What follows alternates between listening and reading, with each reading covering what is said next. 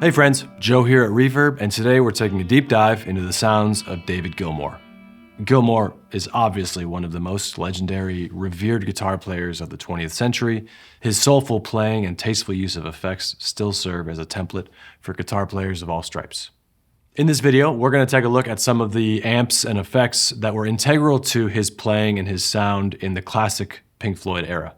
Quick disclaimer, like we make for all of these Potent Pairings videos, Pink Floyd was one of the biggest bands in the world, utilizing some of the greatest gear in the finest studios ever built. We are here to approximate some of those effects, to try to capture some of the spirit of using simple effects to create the sounds, the lush playing that he created.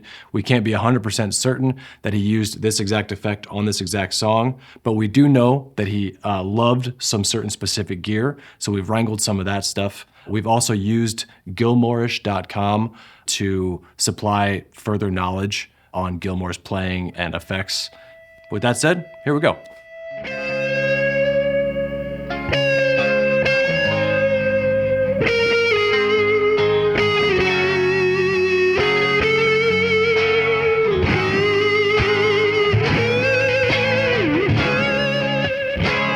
One of Gilmour's most coveted sounds in the 1970s was his lead tone.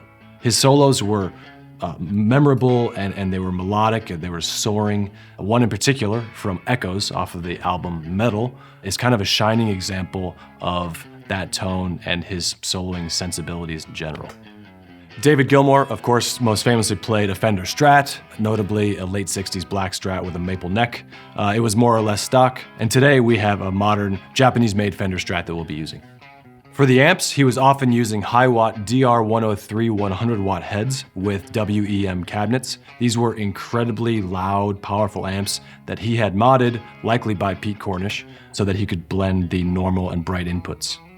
Today we're using a more modern recreation by the company Hi-Tone called the HT200DG. The head is based on the classic circuit designed by original high-watt creator David Reeves, and yes, it has that infamous mod. As for the effects, the Echoes solo features two of Gilmour's most signature effects, the Dallas Arbiter fuzz face and the Benson Echorec. The fuzz face, as many of you know, one of the earliest fuzz pedals made famous by countless players, including Jimi Hendrix. At this point, Gilmour would have been using a fuzz face with the BC108 silicon transistor. So to approximate that, we grabbed an Analog Man BC108 Sun face, which, as you may have guessed, is an emulation of the fuzz face. The Benson Echorec is a delay unit which differs from other delay units of the time that used magnetic tape. The Echorec used a magnetic disc with different record and playback heads surrounding it. This unit was used by David Gilmour and Richard Wright, the keyboardist, and even Syd Barrett in the early days on songs like Interstellar Overdrive. And this differs from these other delay units in that this magnetic disc only rotates at one speed. So you achieve different polyrhythms and delay patterns by activating the different playback heads. Original Benson Echorecs are extremely valuable, fetching upwards of $5,000 on Reverb. Today we have a modern recreation with the T-Rex Benson Echorec. This uses the same technology as the original, albeit in a bit of a smaller package. It also has a few more features than the original. It's got two record heads instead of just one, so you can get longer delays with it. It also has a speed knob for the disc, so we can get a wider range of delay speeds.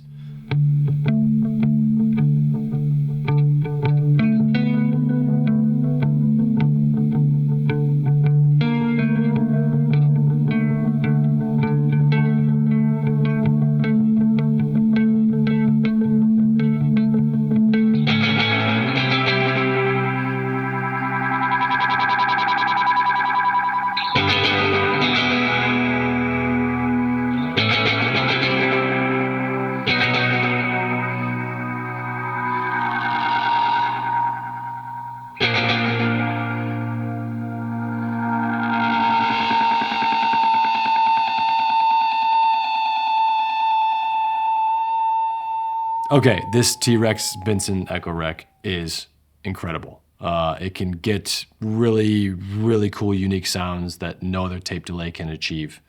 As we're trying to emulate the Gilmour tone, we're gonna turn the record head to short, which is the one that matches the original tone. David would have used the 4th playback head for the longest delay sound, so we're gonna go for that as well.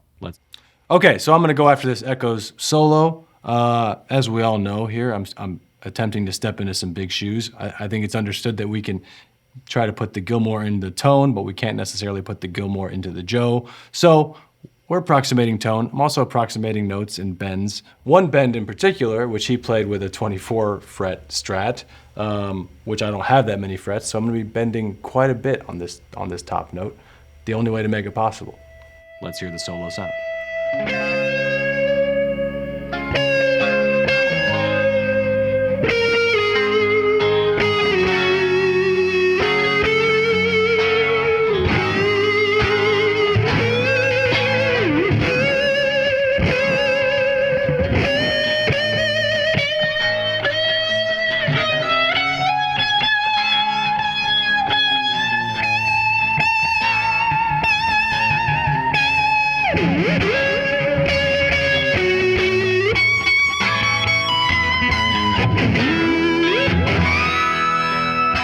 So we can hear how these two effects are working together in such beautiful harmony. The fuzz is obviously giving such grit and gain to the attack of the signal, but it's also creating the sustain, something so signature in all of Gilmour's solos. This big sustain that has flourishes and melodic lines interspersed. On top of that, the delay is doing so much to enhance that sustain as well. Not only is it literally repeating the signal of the sustain, but it's also creating all of these harmonics with Gilmour's signature slow bends. You get to think about those bends and all the microtones in between one note and another in a bend on this instrument, and all of those getting captured and repeated as well, creating this kind of, it's just beautifully mangling these harmonics together in this rich way. It's creating literal harmonic density in the playing. And so notes sound not only sustained, but begin to sound thicker as they mangle before they resolve. And lastly, unlike you see in maybe a more modern guitar rig, the delay and fuzz are inline effects from the guitar straight to the amp. So the Echorec is getting hit and saturated straight to the amp, and these effects as one voice. It's one thing coming through the speakers at the same time, as opposed to maybe an effects loop, which would be separating or grabbing effects in a cleaner way, in a more modern way. Also, it's interesting to think about how with one magnetic disc speed, there were less options to dial in some kind of tempo rhythmic delay, as you would in maybe a more modern sense. And so the performance of that lends itself to a bit more chaos, a bit more randomness, and something that is maybe truly more kind of in the moment.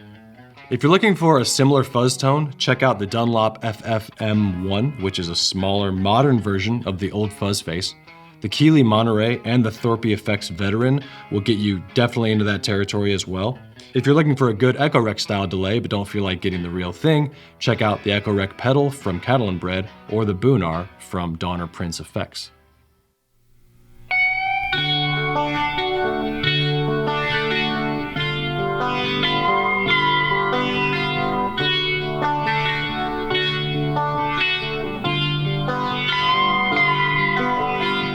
So we've touched on some of Gilmour's fuzzy, sustained, these heavier, soaring tones, but Gilmour is probably equally as known for his cleaner aesthetic and effects. And for this tone, he used subtle forms of modulation to keep things interesting and swirling and evolving in cool ways. He achieved these signature clean tones using 3 modulation effects: a Uni-Vibe, an MXR Phase 90, and a rotating speaker. First, let's talk about the rotating speaker. In this case, we have a Leslie here at Narwhal Studios, and it is a design that is so simple and quite honestly just ingenious. Essentially, there is a rotating speaker horn at the top here that spins. Then we have a larger 15-inch speaker in the bottom that faces down into a baffle, which also spins. Lastly, there's a controller. You can set one of 2 speeds, slow and fast. Gilmour also toured with a Leslie during this era, and it's said that he often used that Leslie tone in combination with the amp tone. The Leslie is behind me in the isolation cabinet. You can't see it right now, I know, but I think that at this point, you trust me, there's a Leslie speaker in there.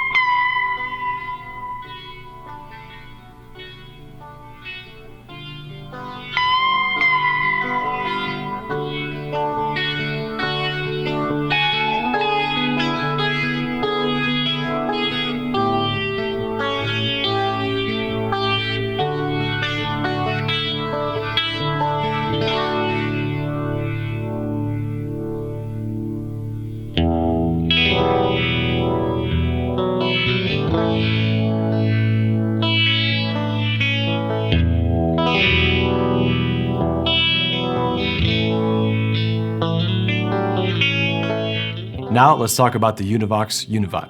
Originally manufactured by Shine, and ironically, it was advertised as a rotating speaker simulator when it was first released, but it has this totally unique sound in its own right. The Uni-Vibe is basically a phaser, but with circuitry that gives it its own sound. Original Uni-Vibes are really expensive, so we actually have a modern MXR Uni-Vibe pedal, but you can find all kinds of Uni-Vibe emulations on Reverb, like the J-Rocket Univerb or Jam Pedal's Retro Vibe. You can hear the Uni-Vibe on several Pink Floyd songs like Time or Breathe.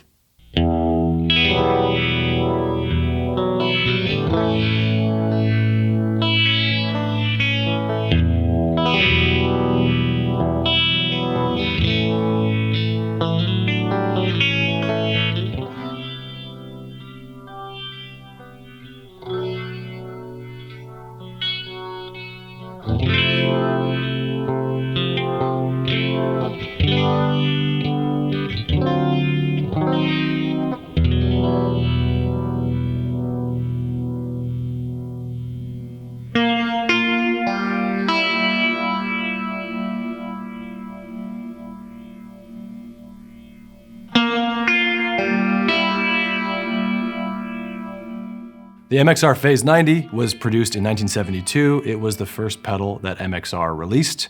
It's a very simple 4-stage phaser with a single knob that dictates the speed of the effect. Gilmour used this effect. It's a wonderful effect, especially on the legendary Shine on You Crazy Diamond. And if you got that joke, we're gonna figure out something to give you.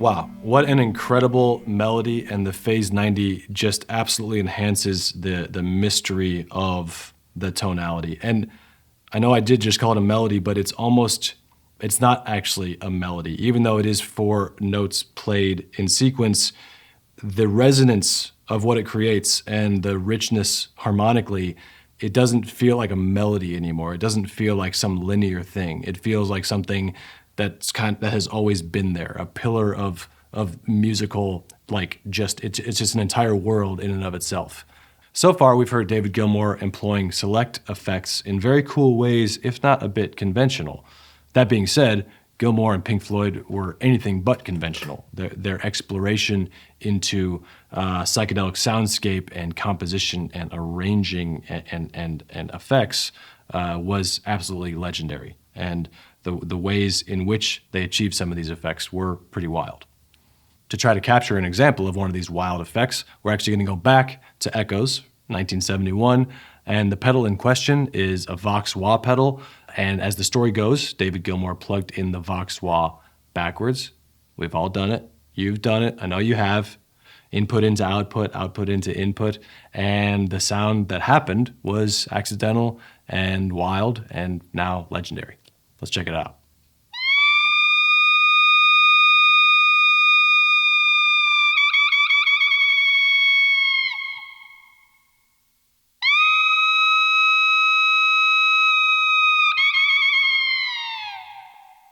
So basically, you get yourself an older wah pedal. Unfortunately, if you have a newer one, this won't work. So get an old wah pedal, plug it in backwards like you did once, and then you engage the pedal and then rock it all the way back to the heel to start. That's how we started. Rock it all the way back to the heel and then use the tone knob to create this squawk scream. And there's a bit of a pitching happening that you can hear as well with the tone knob. You can also pitch a little bit with the volume. So the volume knob's on 10. If I roll that back a little bit, you can get some pitching there. You can also get some pitching effect with rocking the wah itself too. So this amazing accident is a lesson in, what's this a lesson in? This is a lesson in trying things out, being open to things happening a wrong way, but capturing something that is making you happy. We've heard we have so many of these stories though, right? We have so many stories of things, you know, from the first fuzz tone on that country record to, you know, all these accidents that have happened that have then changed a bit of course of music history. We don't know what we're doing. We're just creating accidents and hoping that they fly with the wind.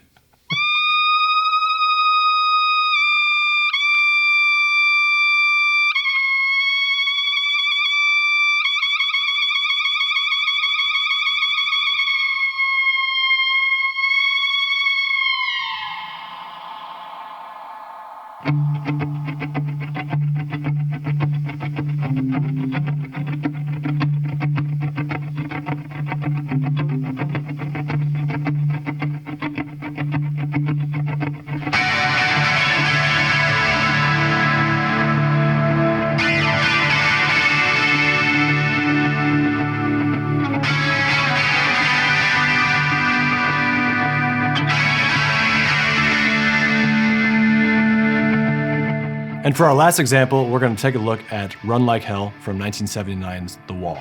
Now, in the earlier examples, most of the effects that were created, with the exception of reverb, were created in line between the guitar and the amp. By this time, it was almost the 80s, and processing and post effects were becoming more and more the norm especially for the most massive bands in the world. So it is possible, perhaps even likely, that some of this effects was processed in the control room after it was recorded. Today, we're still gonna go in line, the guitar and the amp, and we're gonna have fun doing it. Let's get into it.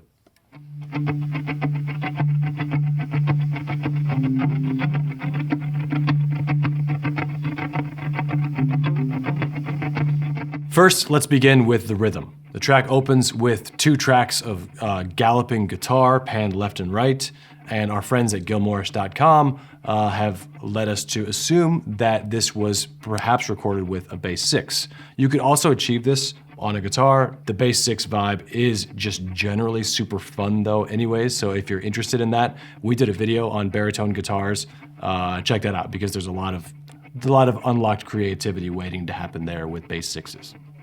These 2 guitar tracks, mostly clean with a bit of compression. Likely MXR Dynacomp, which was the mainstay on his custom Pete Cornish built pedal board in the late 70s. Not a lot of compression, just a bit to even out the dynamics. There's also a bit of modulation going on here. We think it's a flanger. Gilmour used an Electro Harmonix Electric Mistress at this time. We have a deluxe sitting around the studio here, so we plugged that in.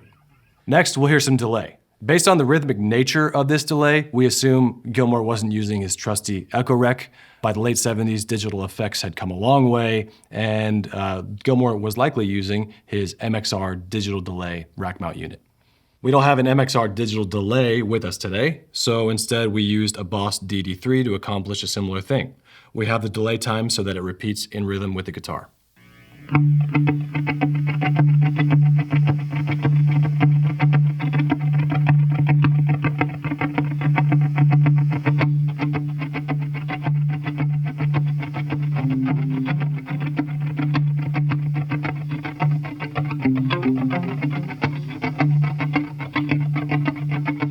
This part is so cool. It really makes the song and the way that this song unfolds is amazing.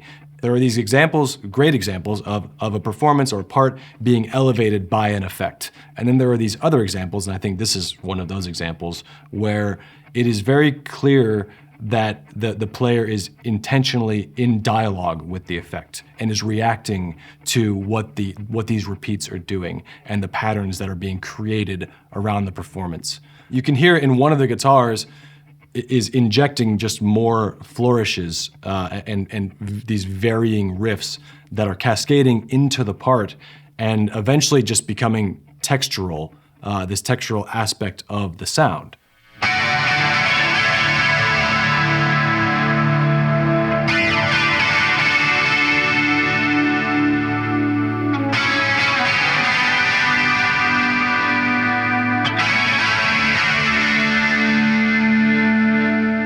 For this sound, we're gonna approach it in a similar way to the rhythm tracks with a bit of compression and the electric mistress. We're also gonna add a bit of overdrive to hit the amp a little bit.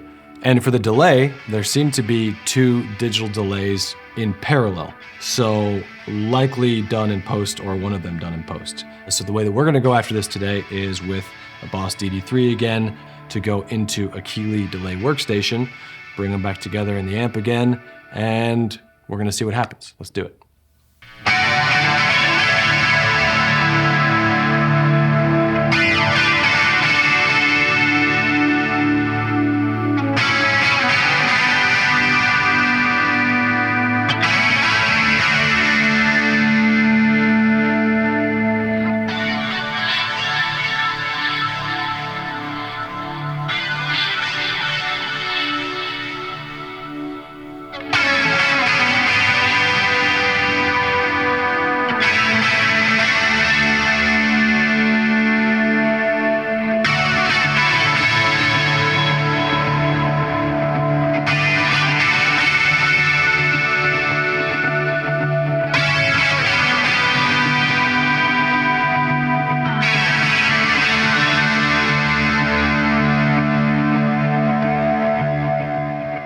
So there you have it.